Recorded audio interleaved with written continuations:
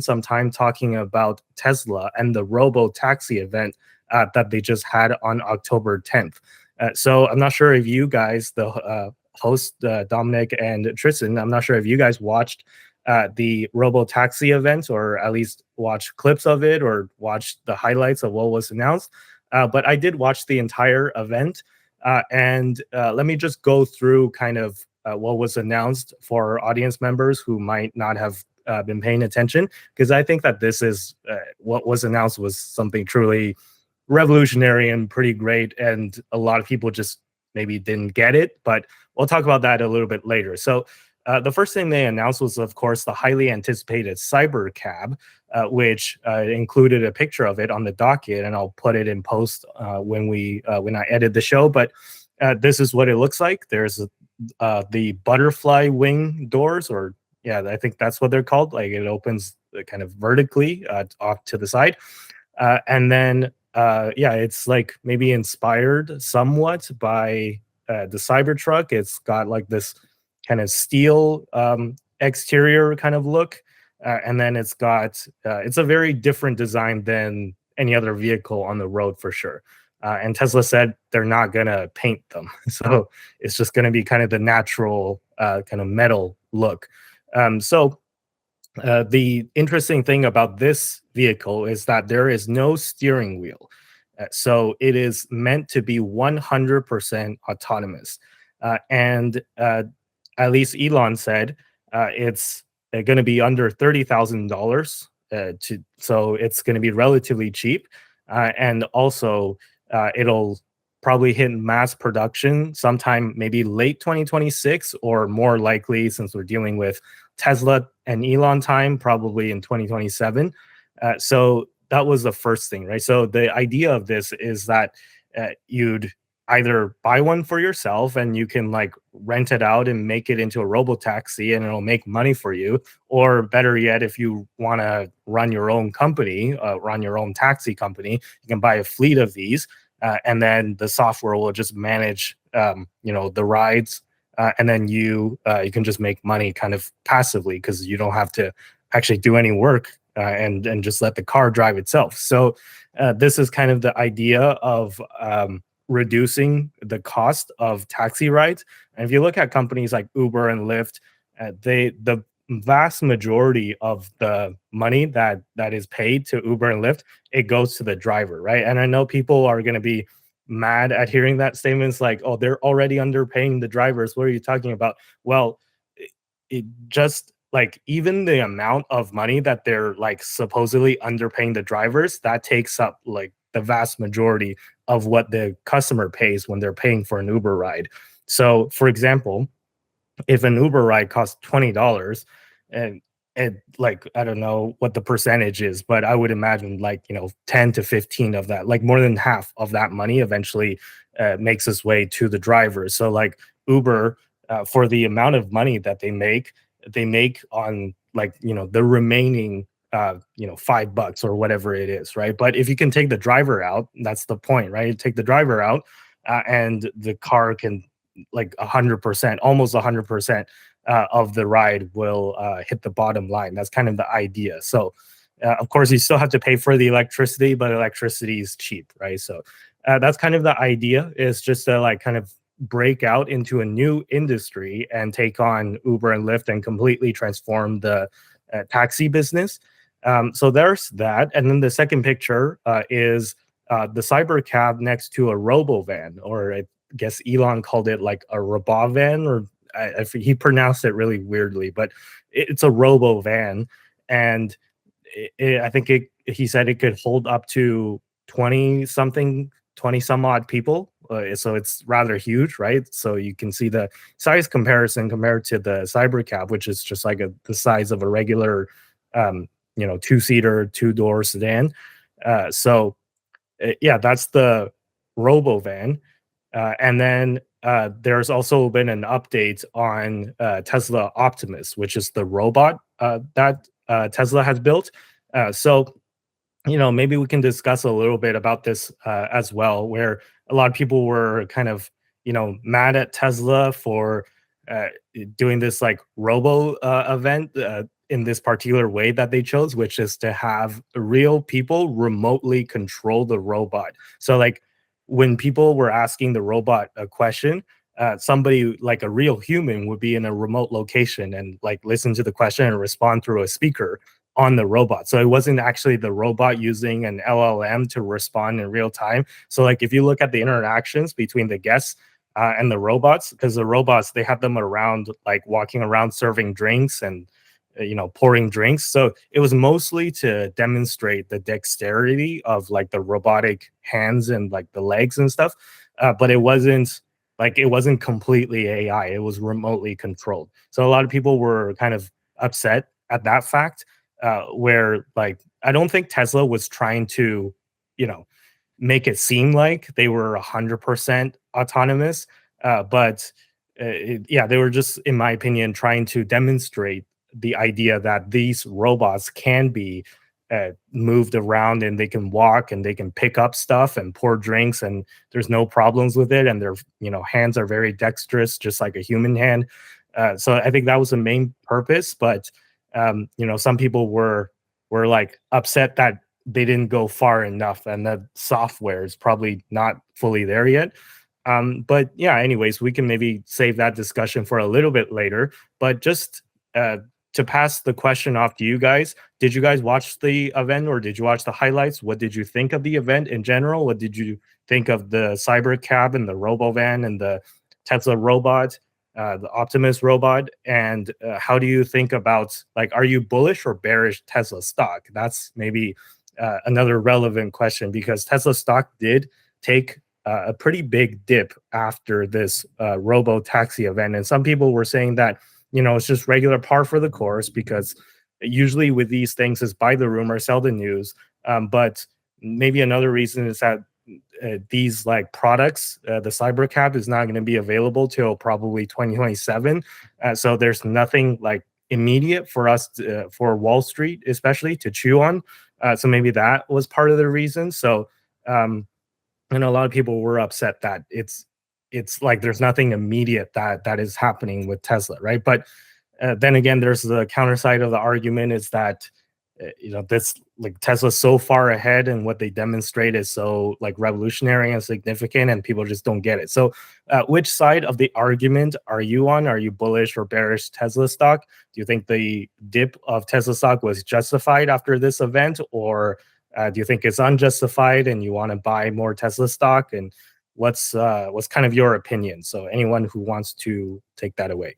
I think this was pretty much a classic case of Tesla has a tendency to overpromise and underdeliver on a lot of these things that they talk about, and then they go, "This thing is coming soon," and then it's not coming soon. And I think the Robotaxi is an example of something where they keep saying it's coming soon, and I don't think it's coming soon.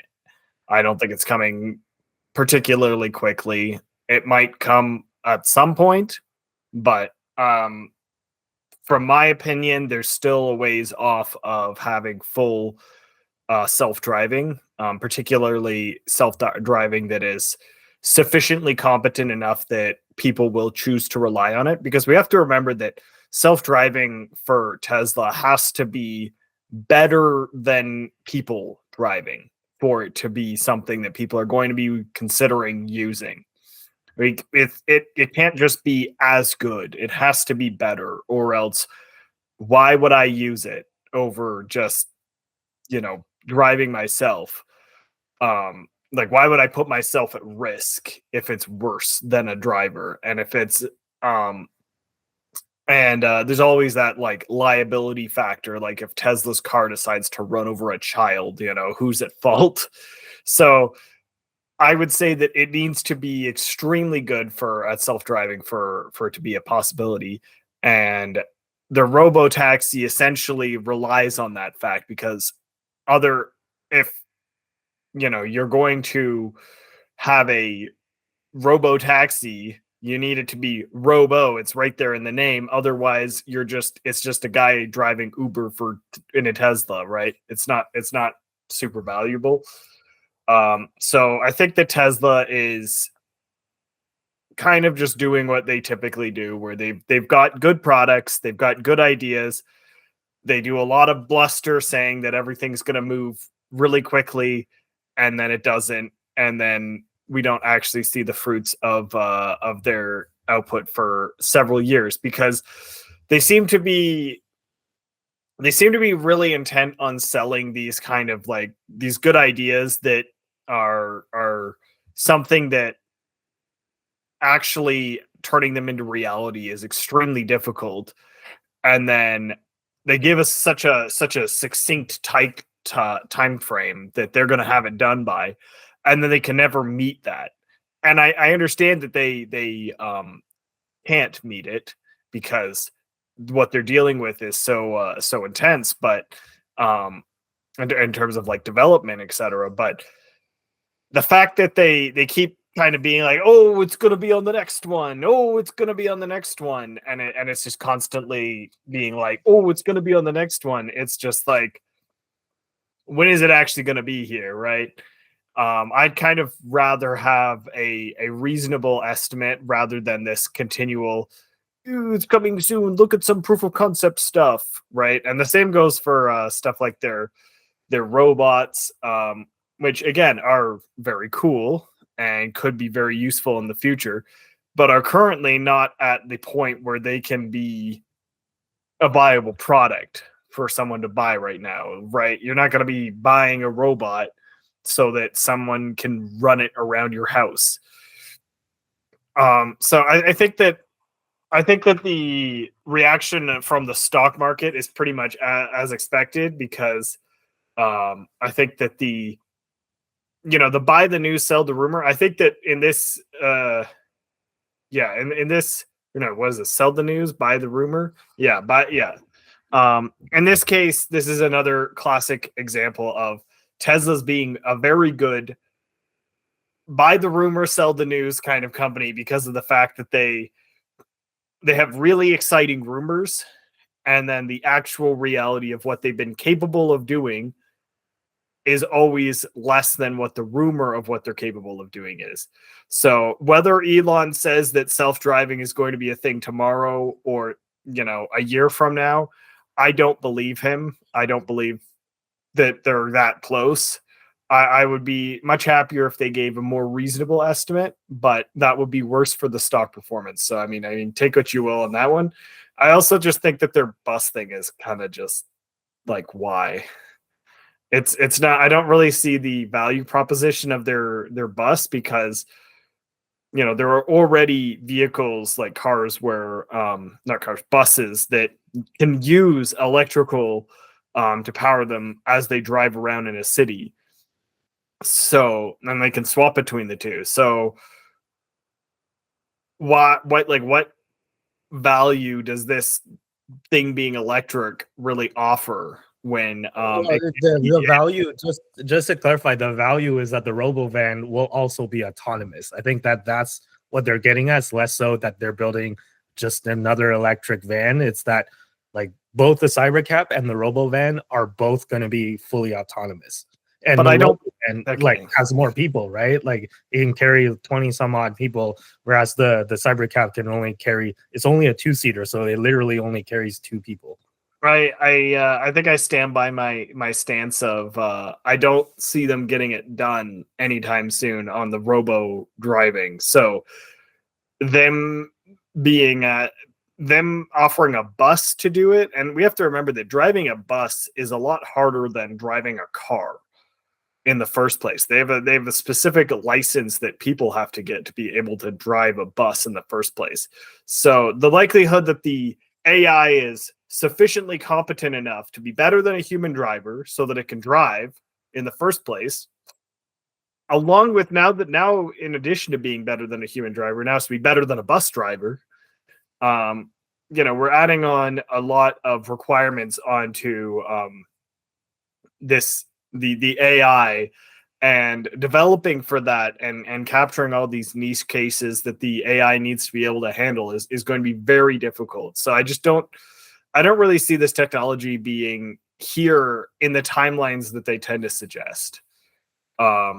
So that's pretty much my take on it. Does that and to kind of bring this, guys, I do believe I missed one of your questions, which was, am I bullish on Tesla? And I would say that yes, I am still bullish on Tesla, because again, I think they have good products, and I think they have good ideas, and I think that they have generally good execution. The problem is that I think their communication about the degree at which we can expect these ideas to come to fruition is usually far more aggressive than they can actually go through in reality. And so from my perspective, would I buy Tesla? Probably. Would I potentially sell it before one of these events on the expectation that the event is going to be full of kind of smoke and mirrors to a large degree, of them being like, it's close, but it's not that close, but it's close. Yeah, I'd probably be inclined to play these kind of events if I was to really try to min max my Tesla hold. If I was considering it from a purely long term perspective, I do think that Tesla also does represent a company with some good long term visions, which means that I would say that if you wanted to buy it and hold it for 10 years, you're probably going to do pretty well. But I think that there's going to be a lot of volatility in that time with these kind of disconnects between what they're capable of producing and what they're saying they're going to be able to produce. I guess it's your criticisms, I would say, are fair. However, I would still disagree with some of the things you said. So first of all, like around the timelines, right? I get what you're saying. I'm from the sounds of it, I'm assuming that you don't believe Elon when he says that this stuff will be ready by 2027. And I guess that's a fair thing to say. So I don't want to I'm not an engineer. I'm not like a robotaxi regulator. I don't know if this stuff will be approved by 2027 or if there's going to be like more battles with the regulator to actually get these on the road. So around specific timelines, I would have to defer that to experts. But around what you said about it has to be better than a human driver, right? Like, or else why take the risk? I think it's already better than a human driver. But the issue is that it's not necessarily better than a human driver by enough of a margin. So what do I mean by that? Well, so for instance, if a human driver, let's say, has an accident 1 out of every 1,000 times, right? Or 1 out of every 1,000 drivers on the road per day, or whatever time frame you want to say, has an accident, right? I don't know. I'm just making this statistics up. I don't know what the actual statistic is, but let's just say 1 in 1,000. So 0.1% chance that someone's going to get into an accident in a given area per day. Well, let's say if the Robotaxi has a 1 in 10,000 chance of crashing or having an accident. So technically, you can say that it's already 10 times better than a human driver on average, but that is still not good enough, right? Because if you're telling me that a robotaxi is going to crash 1 out of every 10,000 times, well, then if you put that into a huge population center, assuming that everyone in, say, New York City gets into one of these like autonomous vehicles and 1 in 10,000 of them crashes, you're going to have a lot of crashes, right? And even though there are more crashes per day, if everyone, like right now, where no one's driving autonomous and everyone is a human driver, there's a lot of crashes I'm sure in New York City every day. And you argue that there's going to be less crashes if everyone's switched to autonomous. But the issue is, again, there's like liability issues, right? So even if you reduce the number of accidents by 10x,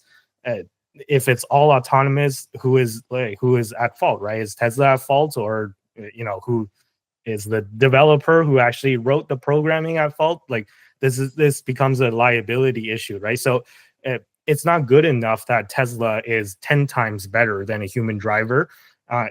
Tesla needs to be like, I don't know, 1,000,000 times better than a human driver, or some like ridiculous magnitude better than a human driver, right? And on that, I will agree with you that they're probably not to that level yet.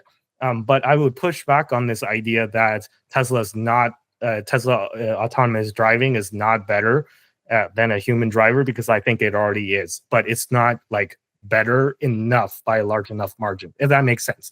Before I forget, um, just on with regards to it being better than a human driver, I think the big issue with the Tesla versus the human driver comparison is that the Tesla will have to be, well, theoretically the Tesla is a baseline.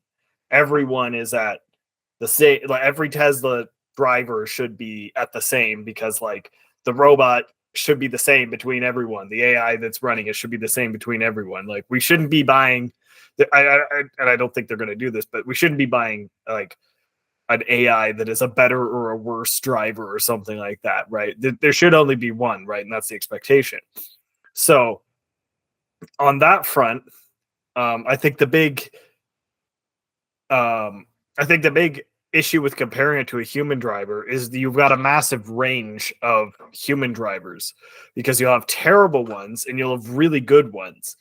So we're comparing like a static value essentially to a range of people who will all be various degrees of good or bad driver. So it's tough to say what actually is like an average driver, right? Because like I when I think about an average driver, maybe I'm thinking of someone who drives similar to how I drive, but maybe I am above average or maybe I'm below average. How am I supposed to gauge what it is? Because a lot of the time we're not driving with other people sufficiently that and evaluating their driving sufficiently that we can come to an idea of like what is actually a good or a bad driver.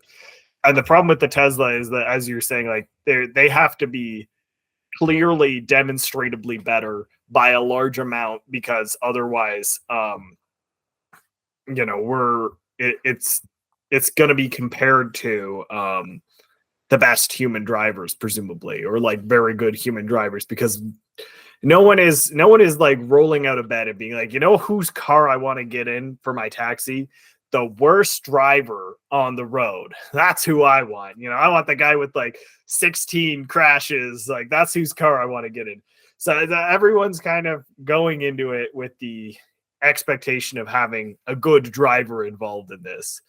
And so Tesla needs to be that much better of a driver, but across the board, because it's no longer about the average driver. It is the driver. There is one level here. Right. I get what you're saying, and it makes sense.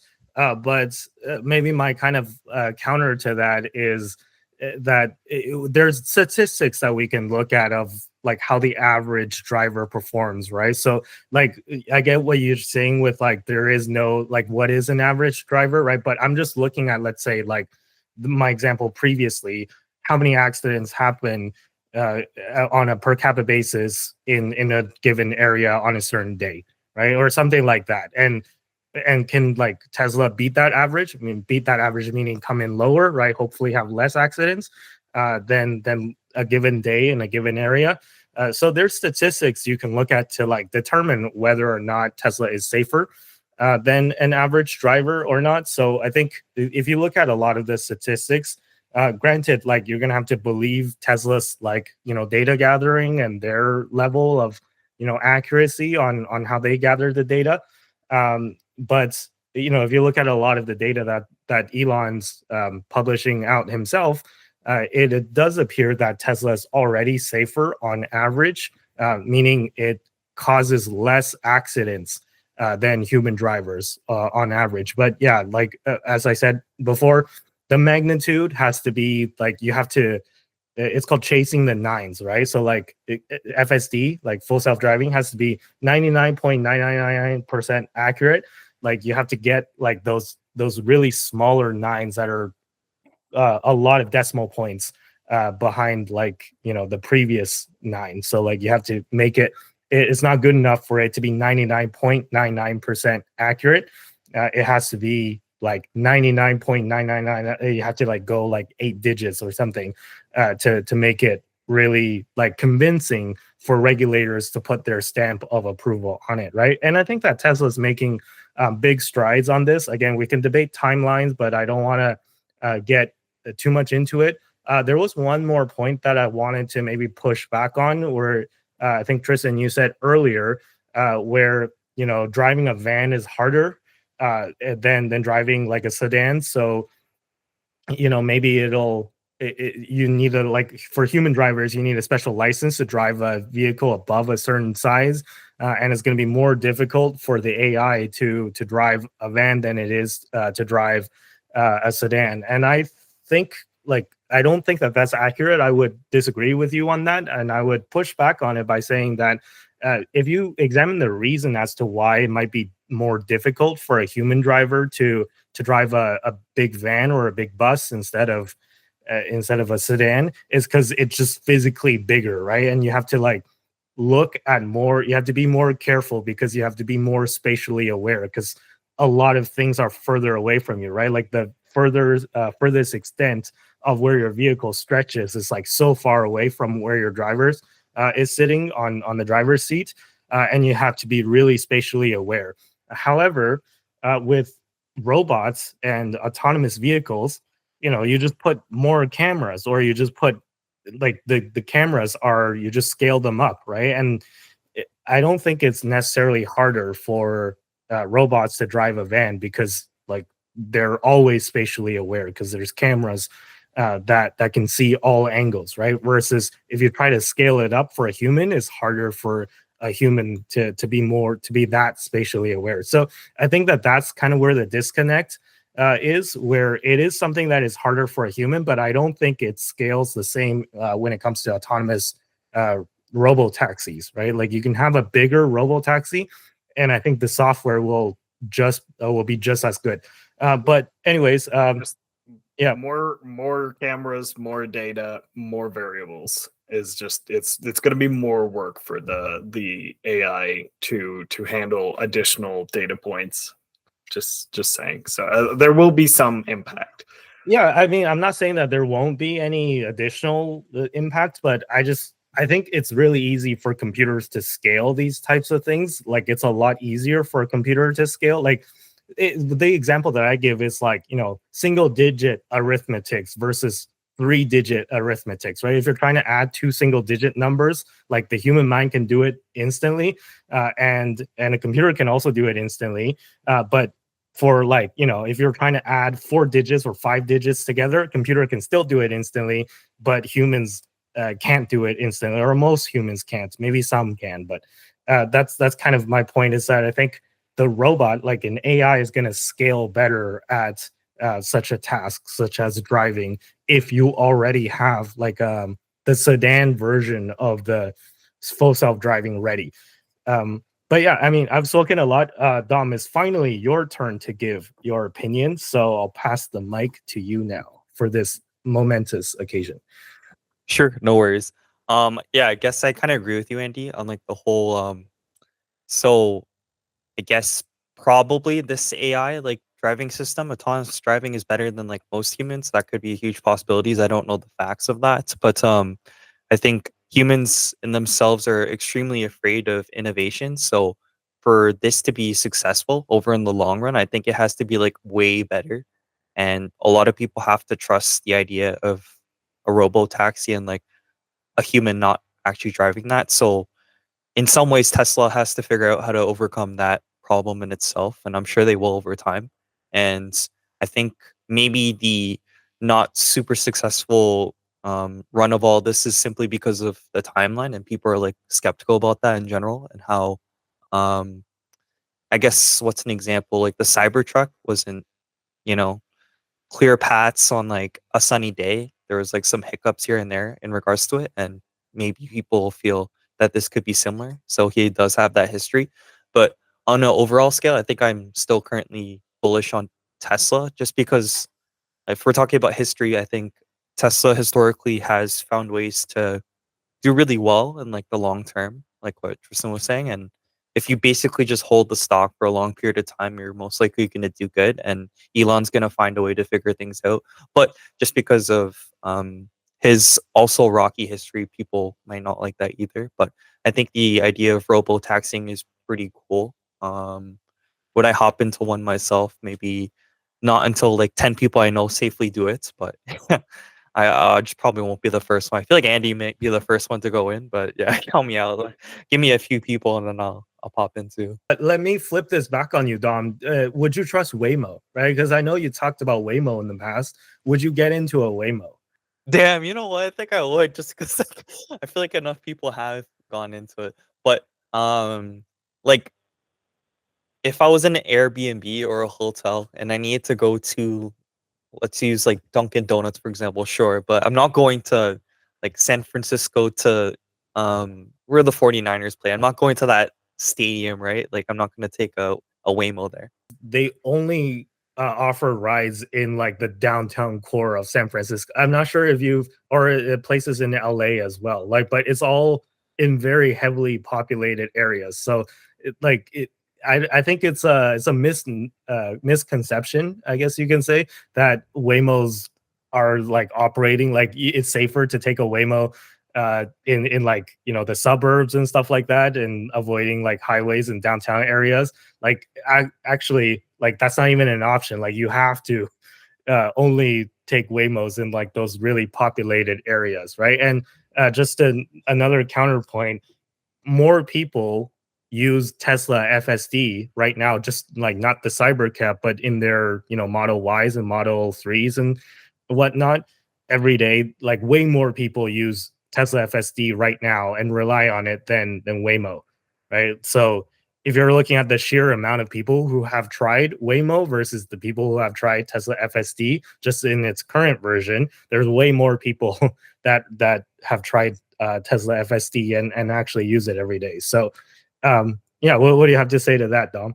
Basically, like the first thing that comes to mind is like boomers, for example. I feel like boomers won't sit with the idea of like autonomous driving as well. Like, even if Tesla is better in theory, I just feel like there's a certain group of people in the world that aren't for innovation, and if you can manage to convince those people, then that's like pretty crazy. Like I think like your boss probably at your company doesn't know how to use like a certain app on like your phone or something, or like the internet. So if you can convince that group of people to want to use autonomous driving, then I guess you won. But I think we would try it maybe just because we're young. But that's my instant thought of like what you just responded just now.